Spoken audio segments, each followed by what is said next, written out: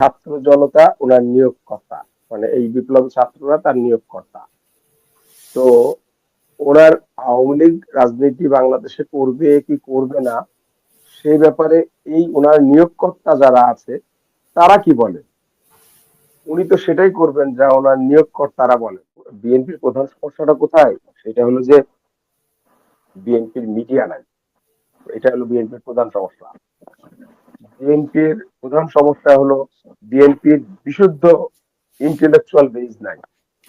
বিএনপিতে মিডিয়াতে যারা আছে তারা হয় ডানপন্থী বিএনপি রোলে প্লে করছে, আর নাই বামপন্থী কিছু লোক বিএনপি রোলে প্লে করছে। ধন্যবাদ আপু আপনাকে। ট্রাম্পের ব্যাপারে ডক্টর ইউনূস যেটা বলেছে আমি তার সাথে একমত। কারণ এই বক্তব্যটি এসছিলেন আহ, ওনার কাছ থেকে নির্বাচনের আগে, এবং আমরা গণমাধ্যমে দেখেছি যে ট্রাম্পের নির্বাচনী তহবিলে $300 কোটি মতো একটা বিশাল ফান্ড দেয়া হয়েছে। এবং তার পরবর্তীতে এরকম বক্তব্য এসছে, সত্য মিথ্যা আমরা জানি না, বাট গণমাধ্যমে এই ধরনের প্রচারণা দেখেছি। তবে আমি যদি এভাবে বিষয়টা বলি যে নির্বাচনের পূর্বে অনেকেই অনেক কথা বলেন ভোট প্রাপ্তির জন্য, নির্বাচনের পরে দায়িত্বে গেলে সেই ধরনের কথা বলা সহজ হয় না বা বলেও না। আমেরিকার এমন একটা দেশ যেই দেশে মানে রাষ্ট্র, বিশেষ করে পররাষ্ট্রনীতি পরিচালিত হয়, আর সেখানকার মানে যে ডিপ্লোমেসি যে ডক্ট্রিন আছে সেই ডক্ট্রিনের ভিত্তিতে সরকার পরিবর্তনের সাথে সাথে আমাদের দেশের মতো আমেরিকার মানে পররাষ্ট্রনীতি পরিবর্তন হয় না। সেই জন্য আমি মনে করি যে ট্রাম্প আসার পরে কিছু যে পরিবর্তন হবে না একদমই সেটাও মনে করি না, আবার খুব বেশি পরিবর্তন হয়ে যাবে সেটাও বিশ্বাস করি না। এটা হলো একটা কথা। আর আপনি দ্বিতীয় যে প্রশ্ন করেছেন, দেখেন ডক্টর ইউনূস সাহেব নিজে বলেছেন যে এই ছাত্র জনতা ওনার নিয়োগকর্তা, মানে এই বিপ্লবী ছাত্ররা তার নিয়োগকর্তা। তো ওনার আওয়ামী লীগ রাজনীতি বাংলাদেশে করবে কি করবে না সেই ব্যাপারে এই ওনার নিয়োগকর্তা যারা আছে তারা কি বলে, উনি তো সেটাই করবেন যা ওনার নিয়োগকর্তারা বলেন, তাই না? বিএনপি কি বললো না বললো সেটা থেকেও বড় কথা হলো ওনাকে যারা অ্যাপয়েন্ট করেছে তারা কি বলে, তাদের কথা শুনবেন। উনি বিএনপির দিকে কেন তাকাচ্ছেন, বিএনপির দিকে কেন ঢিল ছুটছেন, তাই না?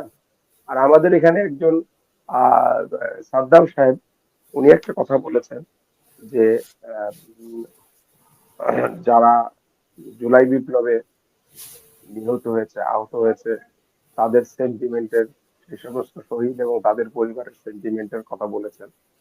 আমি ওনার এই বক্তব্য এবং এই ইমোশনের সাথে পুরোপুরি একমত। এই একমত, এই একমত বলেই বলছি যে এই দেশে কিন্তু আরো আরেক প্রকার শহীদ আছে এবং আরো এক প্রকার যুদ্ধাহত মুক্তিযোদ্ধা আছে, তাদের পরিবারেরও কিন্তু সেন্টিমেন্ট আছে। কাজে শুধু আমি আমারটা ভাববো অন্যটা ভাববো না তাহলে কিন্তু ভুল হয়, তাদেরও কিন্তু বক্তব্য আছে। তারাও তারাও এই দেশের নাগরিক, তো তাদের কথাও তো আছে, তাই না? খালি শুধু আমি জুলাইটা ভাববো 71 সালেও কথাটা ভুলে যাব এটাও তো হয় না। কাজে সেটাও আমাদেরকে মাথায় রাখতে হবে।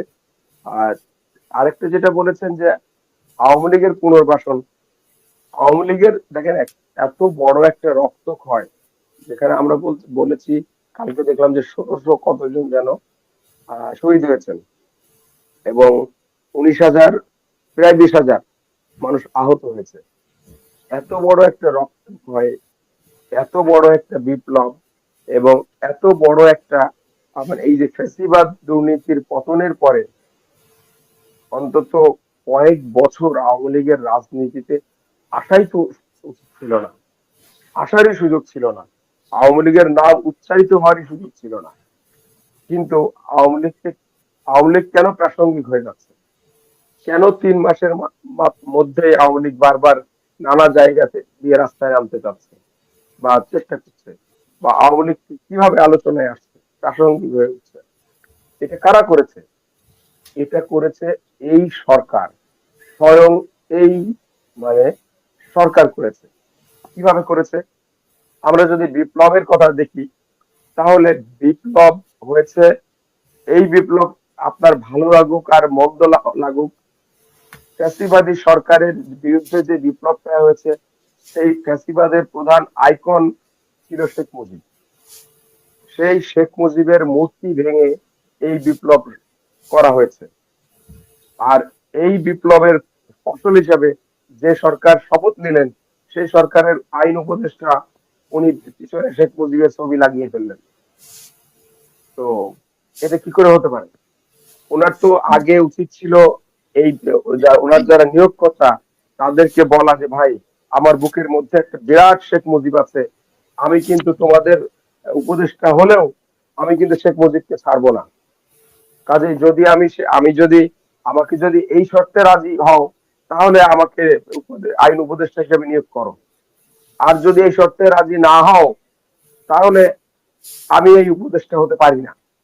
আমি মনে করি বুকের মধ্যে বিশাল শেখ মুজিব নিয়ে এই বিপ্লবী সরকারের উপদেষ্টা হওয়ার কোন নৈতিক অধিকার কারোরই নাই।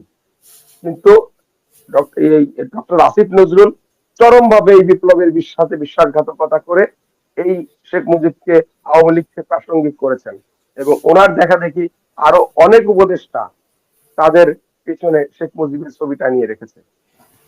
কাজেই এবং এই সরকার, এই যে আমরা বারবার বলছি ফ্যাসিবাদ ফ্যাসিবাদ, এই ফ্যাসিবাদ কি শুধু মানে ছাত্রলীগ দিয়ে হয়েছে, শুধু যুবলীগ দিয়ে হয়েছে, শুধু স্বেচ্ছাসেবক লীগ দিয়ে হয়েছে? আপনি যদি খেয়াল করে দেখেন, আওয়ামী লীগের শেষ 5-6 বছরে রাজনৈতিক দল হিসেবে আওয়ামী লীগের কোনো কার্যক্রম ছিল না। প্রশাসন লীগ যাকে আমরা বলি, admin League, police League, judicial League, প্রত্যেকটা এই যে প্রশাসন উপর নির্ভর করে এই সরকার ক্ষমতায় ছিল, এবং এই প্রশাসনরা প্রত্যেকবার রাতের ভোট কেটে, কখনো বিনা ভোটে এই সরকারকে নির্বাচিত হতে সহায়তা করেছে। সেই যারা 15 বছর ধরে ফ্যাসিবাদের চেতনা লালন করেছেন, তারা ওভারনাইট আপনার বিপ্লবী হয়ে যাবে, ভালো হয়ে যাবে, এটা মনে করার কারণ নাই। আপনি দেখেন এই সরকারের 4-5 দিয়ে ওই ফ্যাসিবাদী মানে দোসররা ঘোরাফেরা করছে। না, প্রশাসনে ঘোরাফেরা করছে না, তারা ক্ষমতায়িত হয়েছে। বসে বসে আপনি আছে আপনি চাপে। আপনি আমাদের যারা যে সমস্ত উপদেষ্টা আছে, রাইট। যারা বিপ্লবের পক্ষ থেকে গিয়েছে, অর্থাৎ যে তরুণ উপদেষ্টারা গিয়েছে, তাদের সচিবরা কারা? তারা তো বলতে পারতো যে এই সচিবদের সাথে আমরা বসতে পারি না। তাদের এই সচিব কারা? তাদের জয়েন্ট সেক্রেটারি, এডিশনাল সেক্রেটারি কারা? প্রধান উপদেষ্টার কার্যালয়ের গুরুত্বপূর্ণ পদগুলোতে কারা বসে আছে? এই যে ক্যাবিনেট সেক্রেটারি কে, প্রিন্সিপাল সেক্রেটারি কে? প্রত্যেকটা জায়গায় আপনি ফ্যাসিবাদ বসাবেন, আর আপনি বিএনপি কে বলবেন, আরেকজনকে বলবেন যে তারা ফ্যাসিবাদকে ফিরিয়ে আনছে, আওয়ামী লীগকে প্রাসঙ্গিক করছে। এইটা ভাই, এদেশের মানুষের তো বোকা না। প্রত্যেকটা জায়গায় এই সরকার ফ্যাসিবাদের শোষণ করছে, ফ্যাসিবাদ দ্বারা ঘেরাও। যতগুলো পরিবর্তন করার চেষ্টা হয়েছে, ওনারা একটা কমিশন করে বলছে যে না, ঠিক আছে, প্রমোশন দেওয়া হয়েছে, কমিশনের পরে তাদেরকে পদায়িত করা হবে। বাকি সব জায়গায় সমস্ত ফ্যাসিবাদ বসে আছে। কাজেই আমি মনে করি এই সরকারের সবচেয়ে বড় ব্যর্থতা হলো এই সরকার নিজেই তার বিপ্লবের সাথে বিশ্বাসঘাতকতা করেছে। এই সরকার নিজেই বিপ্লবের চেতনাকে ধারণ করতে পারে নাই। এইটা কি কোন বিপ্লবী সরকার? কেউ বলে জুলাই বিপ্লবী সরকার, কেউ বলছে মানে আগস্ট বিপ্লবী সরকার, কেউ বলছে এটা অভ্যুত্থান, কেউ বলছে বিপ্লব। এই যে এটার তো সংজ্ঞায়নটাই হয় নাই, এটা বিপ্লব নাকি এটা অভ্যুত্থান নাকি এটা সরকার পরিবর্তন, এটাকে তো সঠিক সংজ্ঞায়নটাই করা হয় নাই। বিপ্লব যদি বিপ্লব হয়, তাহলে বিপ্লবের পক্ষে লিটারেচার কোথায়? লিটারেচার ছাড়া বিপ্লব টিকে থাকে? বিপ্লবের পক্ষে আপনার কোথায়, চেতনা কোথায়? শুধু ওই বক্তৃতা দিলাম, যখন ইচ্ছে হলো অমুকটা ঘেরাও করলাম, যাকে ইচ্ছা তাকে বললাম অমুককে বাদ দাও। এই যে আপনি বললেন কিছুক্ষণ আগে যে মানে 2 জন উপদেষ্টা হলো, তাদেরকে বাতিল করো, আবার আজকে বলা হচ্ছে যে না, ওদের ভিতরে একজন ভালো, একজন খারাপ, তাই না? তার মানে হলো আলটিমেটাম দেয়, একটা জিনিস খেয়াল করবেন, ওরা আলটিমেটাম দেয় 48 ঘন্টায়। 48 ঘন্টার পরে কিন্তু আর কোনো বক্তব্য থাকে না। হ্যাঁ, তার মানে দ্যাট ইজ আবার এটা আবার হঠাৎ করে কথা বলা শুরু তার করে। তো মানে কোথা তার থেকে মানে এগুলো ম্যানেজ হয়ে যায়? হ্যাঁ, তাহলে কি তারা কি আপনি যেটা বললেন তারা কি তারা ম্যানেজ হচ্ছে, না তারা ভুল বুঝতে পারছে? মানে হুম। আমাদের কিন্তু এটা মানে ম্যানেজ আইডেন্টিফাই হচ্ছে, করতে হবে। আবার ম্যানেজ হচ্ছে, ম্যানেজ। আবার না তারাই আমি বলছে যে আবার তারাই বলছে যে আরেকটা যুদ্ধ হবে। তো কার সাথে কার যুদ্ধ হবে? আরেকটা গণ অভ্যুত্থান হবে। এগুলো কার হ্যাঁ, সাথে কার তো হবে? হ্যাঁ, তো কাজেই আপনি আপনি দেখেন এই 10 তারিখে যখন সারা দেশ থেকে আওয়ামী লীগ আসা শুরু করেছিল, আমরা তো সারা রাত দেখে জেগে জেগে দেখেছি। ওই দিন যদি বাংলাদেশ জাতীয়তাবাদী দলের আহ ছাত্র দল, যুব দল, স্বেচ্ছাসেবক দলের কর্মীরা সারা ঢাকা শহরে অবস্থান না নিত, 0 পয়েন্ট দখলে না নিত, আপনার এই কয়েকজন সমন্বয়ক গিয়ে আওয়ামী লীগকে প্রতিহত করতে পারতো? এটা কি কল্পনা করা যায়? আজকে যদি এই সরকার যে টিকে আছে, এই সরকারের টিকে থাকার পিছনে তার প্রধান শক্তি হলো বিএনপি এবং জামাত এবং আরো ছোটখাটো কিছু রাজনৈতিক দল। মেইনলি যদি বলি বিএনপি এবং জামাত। কিন্তু মাস লেভেলে বিএনপির যে জনসমর্থন আছে, আজকে যদি বিএনপি এই সরকারের পিছন থেকে সরে যায়, এই সরকার কতক্ষণ টিকে থাকবে? এই রূপে কিন্তু কতক্ষণ টিকে থাকবে? বিএনপি হয়তো তো তাকে আমরা আগেও বিএনপিকে ভিকটিম দেখেছি, এখনো বিভিন্ন ভাবে কিন্তু নির্বাচনে কথা বললেও বিএনপি ভিকটিম। তারপরে আরো অন্যান্য বিষয়ে এই যে আওয়ামী লীগের কথা বললেও বিএনপি ভিকটিম, তারপর রাষ্ট্রপতির কথা বললেও বিএনপি ভিকটিম। তো সবকিছুতে এখনো আমরা বিএনপি কেই দেখতে পাচ্ছি। বিএনপির বিএনপির প্রধান সমস্যাটা কোথায়? সেটা হলো যে বিএনপির মিডিয়া নাই। এটা হলো বিএনপির প্রধান সমস্যা। বিএনপির প্রধান সমস্যা হলো বিএনপির বিশুদ্ধ ইন্টেলেকচুয়াল বেজ নাই। বিএনপিতে মিডিয়াতে যারা আছে তারা হয় ডানপন্থী বিএনপি রোলে প্লে করছে, আর নাই বামপন্থী কিছু লোক বিএনপি রোলে প্লে করছে। বিএনপির যে বুদ্ধিজীবী গ্রুপ বলে আমরা যাদেরকে চিনি, বিভিন্ন সময় বিএনপি পার্টি অফিসে মানে যাদেরকে ডেকে কথা বলে শোনা হয়, মানে শুনে বুদ্ধি পরামর্শ নেওয়া হয়, আমরা তাদেরকে চিনি। তারা তাদের কতজন যে প্রকৃত বিএনপি এটা বোঝা কিন্তু খুব কঠিন। তো এই যে বিএনপি এই যখন জন্য আপনার মনে আপনি হয় না যে আগেও বিএনপির হ্যাঁ, নিজের মধ্যেও সংস্কার দরকার এখন? বিএনপি হ্যাঁ, দলের অবশ্যই অবশ্যই আমি আপনাকে বলি, দেখেন বিএনপি যখন আন্দোলন করে, মানে বিগত 15 বছরে বিএনপি যখন আন্দোলন করতে গেছে, বলা হয়েছে এই অগ্নি সন্ত্রাস, এই মানে মানে অগ্নি সন্ত্রাসী বলা হয়েছে। আবার বিএনপি যখন আন্দোলন করে নাই, তখন বলছে বাংলাদেশ নাই পার্টি, মাজা ভাঙা দল, নানা রকম কথা বলেছে। তাহলে আপনি আন্দোলন করলে অগ্নি সন্ত্রাস পার্টি, অর্থাৎ বিএনপির লজিকটাকে তুলে ধরে জনমত গঠন করার জন্য যে মেকানিজমটা, এই মেকানিজমটা বিএনপি কখনোই সঠিকভাবে করতে পারে না।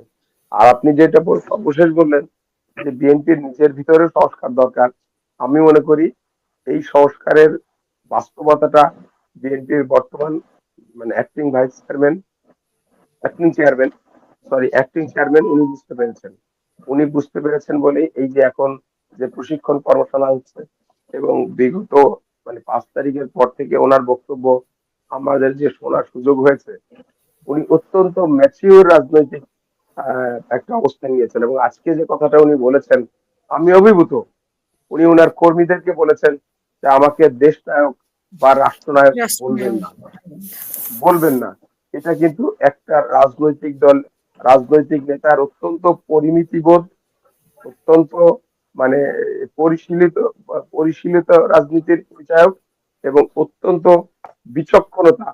এবং সবাই তো মানে এই যে তেল মারা বা আমরা যেটাকে বলি বাংলাদেশে তেলের খনি, এটা সবাই পছন্দ করে, বাট উনি এই জায়গা থেকে সরে রাজনীতিকে এসেছেন। অনেক ধন্যবাদ। সরিয়ে দিতে চেয়েছেন। আমি মনে করি বিএনপি পরিবর্তনের চেষ্টা করছে। এটা হয়তো কতটা উনি হয়তো, যেহেতু উনি দেশের বাইরে আছেন, উনি যখন দেশের মধ্যে ঢুকবেন, উনি এই পরিবর্তনটা আরো শক্তিশালী ভাবে করতে পারবেন। তবে বিএনপির ভিতরে যে পরিবর্তন হচ্ছে সেটা তারেক রহমানের বক্তব্য, প্রতিদিনের বক্তব্য থেকে আমরা বুঝতে পারছি। ধন্যবাদ।